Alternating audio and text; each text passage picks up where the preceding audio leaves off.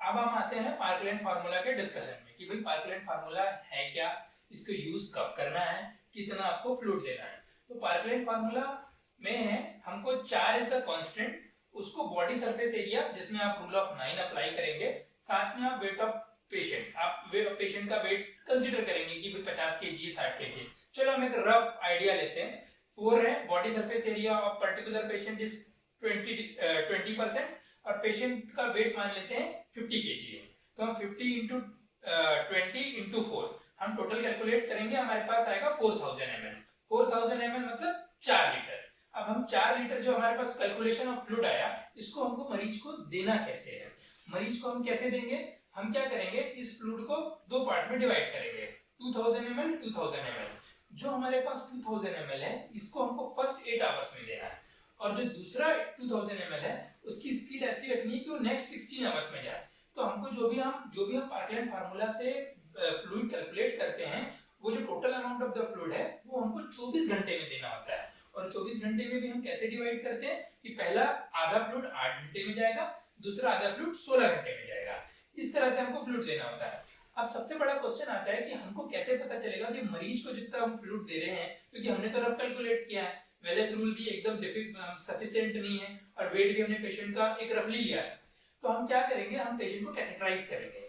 अगर आपके पास कैथेटराइज नहीं है और पेशेंट यूरिन पास कर रहा है तो आपको यूरिन का मॉनिटरिंग करना पड़ेगा। तो क्या होता है कि हमको लेवल देखना पड़ता है। जैसे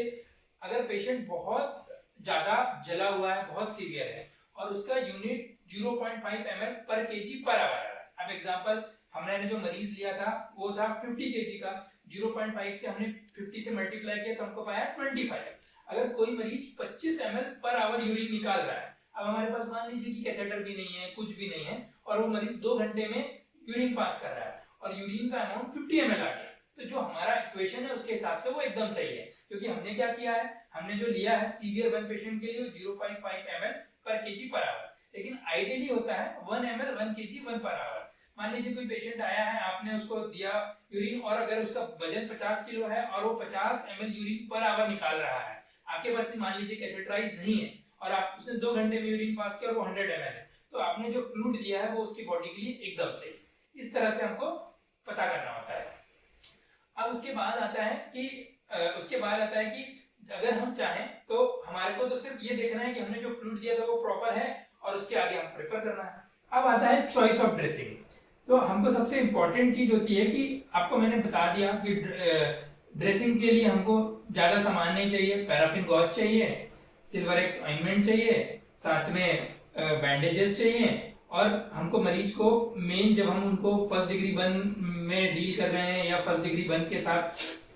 सेकेंड डिग्री सुपरफिशियल बर्न कर रहे हैं जो लेस देन 20% है, तो हमको उनको एंटीबायोटिक देना है और पेन किलर देना है। तो देखिए अगर आपका फर्स्ट डिग्री बर्न है तो आपको ड्रेसिंग को बहुत टाइट करने की जरूरत नहीं है, सिर्फ उसके ऊपर पैराफिन लगाकर एकदम हल्की सी ड्रेसिंग करके आप छोड़ सकते हैं, साथ में मरीज को आपको पेन कंट्रोल देना है। अगर सेकेंड और साथ में आपको डेली ड्रेसिंग भी एडवाइस करने की जरूरत है। सेकेंड डिग्री अगर आपका मरीज है और वो सुपरफिशियल बर्न है तो आप अल्टरनेटिव ड्रेसिंग एडवाइस कर सकते हैं, पर अगर वो डीप बर्न है तो आपको डेली ड्रेसिंग एडवाइस करनी है। साथ में अगर कोई भी मरीज आया है जिसका डीप डर्मल बर्न है और साथ में थर्ड और फोर्थ बर्न है, जैसे पिक्चर में आपने देखा था, उसके हिसाब से आपको डिसाइड करना है। और साथ में अगर वो स्मॉल भी, जैसे कुछ मान लीजिए कि किसी पेशेंट का नेक में बर्न है, अब नेक में बर्न बहुत छोटा है, आपको लग रहा है कि यार ये बर्न तो थोड़ा सा डीप है पर दवाई से ठीक हो जाएगा, लेकिन अगर मरीज को आप उस नेक बर्न के बेसिस पे बोलेंगे कि कोई बड़े सेंटर में नहीं जाना है और मरीज कुछ समय के बाद वो जब हील होगा तो वो कॉन्ट्रैक्चर बन जाएगा, फिर उसको वो काम करने में दिक्कत होगी। वैसे ही अगर आपकी किसी मरीज का उंगली में बर्न है, आपको देखने में लग रहा है कि बस सेकेंड डिग्री है, डीप बर्न नहीं है, लेकिन अगर आप उसको सिर्फ हील करने बोलेंगे, कुछ समय के बाद आपने देखा होगा बहुत सारे मरीज जलने के बाद अपने हाथ को डिफरेंट तरीके से लेकर आते हैं, तो वो सारी डिफॉर्मिटीज बन जाती है। तो जब भी आपको ऐसा लगे कि लेस देन 20% है, फ्लूइड स्टार्ट करने की जरूरत नहीं है, बट मरीज इतना जला हुआ है कि सेकेंड डिग्री बर्न है, डीप बर्न है, थर्ड डिग्री बर्न है, तो उसे आपको रेफर करना होगा या बोलना होगा कि भाई अभी तो ड्रेसिंग करा लो, लेकिन आपको हायर सेंटर्स में जहाँ पे प्लास्टिक सर्जन अवेलेबल हैं या फिर जहाँ पे वो जा सकता है बड़े सेंटर्स पे, एक बार जाके उसको दिखाना। अब सबसे इंपॉर्टेंट क्वेश्चन आता है कि मरीज को रिफर कब करना है, कब हम डिसाइड करेंगे कि रिफर करना। तो रिफर करने के 3 क्राइटेरिया, ऐसे ऐसे तो कोई क्राइटेरिया नहीं, आप अपने एक्सपीरियंस बेसिस पे भी कर सकते हैं, बट आपको 3 क्राइटेरिया के बेसिस पे ध्यान रखना है। पहला कि जो उसका जला हुआ पार्ट है वो कितना कॉम्प्लेक्स है, दूसरा आपको ये ध्यान रखना है कि कितना एरिया इन्वॉल्वमेंट हुआ है, और तीसरा ये ध्यान रखना है कि उस मरीज को कोई कोमोर्बिडिटीज तो नहीं थी। अब जैसे देख लीजिए कॉम्प्लेक्स वन में सबसे इंपॉर्टेंट क्राइटेरिया आता है category age of the patient. अगर बच्चा 5 साल से छोटा है और जो बूढ़ा आदमी है वो 60 साल से बड़ा है और उसको बर्न थोड़ा भी हुआ है, चाहे वो 5% हुआ हो, 10% हुआ हो, और स्पेशली बर्न यदि चेहरे पे हुआ है, दोनों हाथों पे हुआ है, दोनों पैरों पे हुआ है, या फिर आपके पेरिनियम एरिया पे हुआ है, अगर बर्न इस एरिया पे हुआ है तो आपको ऐसे मरीजों को रिफर करना ही है। उनको आप अपनी तरफ से प्राइमरी ट्रीटमेंट दीजिए, चाहे वो वाइटली स्टेबल भी हो तब भी उन्हें हमें रेफर करना होता है, एक बार हायर स्पेशलिटी डिपार्टमेंट में जाकर दिखाना होता है। दूसरा जैसे मैंने आपको बताया कि फेस बर्न हो, फीट बर्न हो, इन्वॉल्वमेंट ऑफ फेस हो, चाहे क्योंकि उसके पीछे कारण ये है कि बहुत छोटा बर्न है, फेस बर्न हो गया। अब किसी का फेस बर्न हुआ आंख के नीचे, अब वो आंख के नीचे बहुत छोटा बर्न था, आपको लगा कि ठीक है, अब वो बर्न समय के साथ कॉन्ट्रैक्ट हो जाएगा, जैसे ही वो कॉन्ट्रैक्ट होगा आपकी आंख नीचे आ जाएगी, उसकी आंख हमेशा खुली रहेगी, फिर उसको दिक्कत पड़ेगी। जैसे अपने फिंगर का भी हो गया या फुट का भी हो गया, मान लीजिए किसी को एंकल में छोटा सा है, अभी तो आपको लगेगा छोटा सा, बाद में कॉन्ट्रैक्चर डेवलप हो जाएगा, वो चल भी नहीं पाएगा। इसी कारण जो कुछ फेस के, हैंड के, या फिर आपके पेरिनियम एरिया के प्राइवेट पार्ट्स वाले जितने भी बर्न पेशेंट होते हैं, चाहे वो छोटे हो या बड़े हो, उनको एक बार रेफर करना होता है। चाहे उनको बोलिए इमीडिएटली ना हो तो बाद में करें। सेम आपको मैंने बताया इन्वॉल्वमेंट ऑफ, अगर आपका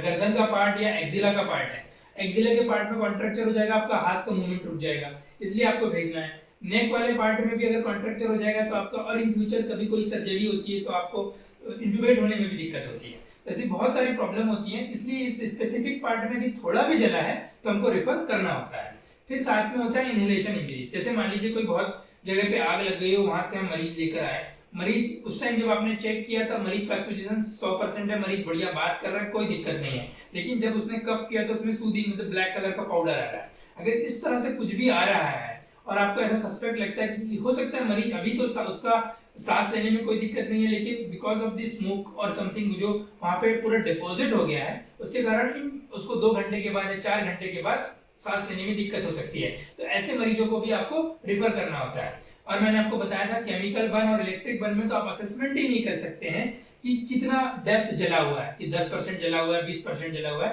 क्योंकि वो सिर्फ आपको बाहर दिखेगा, अंदर पे मांसपेशियां, हड्डियां कितनी जली हैं। तो ऐसे सारे मरीज जो केमिकल बर्न, इलेक्ट्रिक बर्न या रेडिएशन बर्न में आते हैं, जहां हमको असेसमेंट करना डिफिकल्ट है क्योंकि हमको पता नहीं चलता कि वो कितना जले होते हैं, इन सारे मरीजों को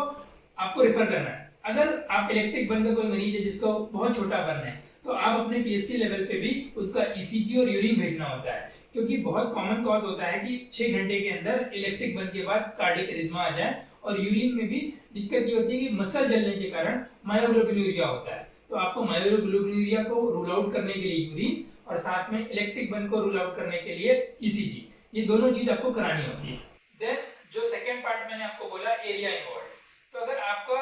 फर्स्ट डिग्री बर्न है तो उस फर्स्ट डिग्री बर्न में तो कोई प्रॉब्लम नहीं है ना।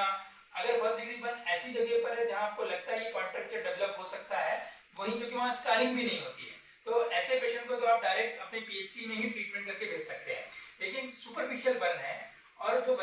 बच्चा जो भी है उसकी एज लेस देन 16 साल है, और जो एडल्ट है उसकी burn total burn surface area more than 15% है, और बच्चे का total burn surface area more than 10% है। अगर ये क्राइटेरिया है तो आपको ऐसे लोगों को, चाहे वो बच्चा हो या बड़ा हो, उनको रेफर करना है। और अगर आपका डीप थर्मल बर्न है, मतलब second degree deep burn, third degree burn और फोर्थ डिग्री बर्न, तो ऐसे मरीज जो 5% से हैं, चाहे फिर वो बच्चा हो या एडल्ट हो, उन सबको रेफर करना है, चाहे वो वाइटली स्टेबल क्यों ना हो। सेकेंड आता है कोमॉर्बिड कंडीशंस। कोमॉर्बिड कंडीशंस में यदि कोई मरीज है जिसको कार्डियक डिजीजेज है, जैसे कि मैंने आपको बताया इलेक्ट्रिक बर्न में कार्डियक अरिथमिया होता है। अब किसी मरीज को पहले से ही कार्डियक प्रॉब्लम है तो बिकॉज ऑफ दी बर्न वो इंक्रीज हो जाएगी। फिर आप अगर थोड़ा पढ़ेंगे, इसके बारे में जानेंगे, तो आपको पता चलेगा कि हमारी बॉडी से फ्लूइड लॉस होता है, फ्लूइड लॉस होगा तो कार्डियक आउटपुट डिक्रीज होगा, तो कार्डियक पे भी रेस्ट आता है। फिर डायबिटीज, शुगर लेवल आपका अगर बढ़ा हुआ है तो आपके वुंड मैनेजमेंट के लिए आपको रेफरल सेंटर भेजना ही है। साथ में प्रेग्नेंट लेडी में हो सकता है कि उसको कोई प्रॉब्लम ना हो, बट उसके बेबी को प्रॉब्लम हुई हो बिकॉज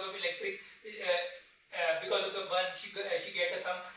हो सकता है वो कोई हाइपोवोलेमिक शॉक में गई हो जिसके कारण उसको कोई दिक्कत हो रही हो। अभी तो आप जब देख रहे हैं तब एकदम सही लग रहा है, बट वो 6 घंटे के बाद कुछ और दिक्कत लेके आए, तो ऐसा दिक्कत कि जिसको कोई कार्डियक प्रॉब्लम हो, कोई कार्डियक सर्जरी हुई हो, डायबिटीज की प्रॉब्लम हो, प्रेगनेंसी की प्रॉब्लम हो, ऐसे सारे मरीजों को आपको रेफर करना है। एक बच्चा उनका 1% कुछ भी हो। इम्यूनोसप्रेशन, जैसे मैंने इम्यूनोसप्रेशन बोला सबके दिमाग में HIV इस टाइप से है, नहीं। अगर कोई पेशेंट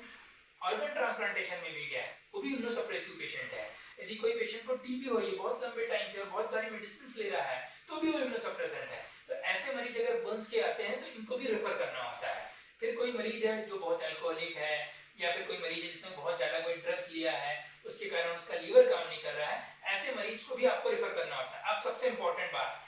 जो एसोसिएटेड इंजरीज है, कई बार ऐसे होता है कि कोई मरीज आया, उसको सर पे तो चोट लगी थी, थोड़ा सा उसका बर्न था, आपने देखा कि फर्स्ट डिग्री बर्न है, पर उसको हेड इंजरी भी थी, और आपने वो बोल भी रहा था कि सर मुझको थोड़ा सा गिडी लग रहा है, तो आपको लगा कि नहीं ये तो giddiness because of the burn होगा, आपने उसको बोल दिया कि नहीं कोई दिक्कत नहीं है।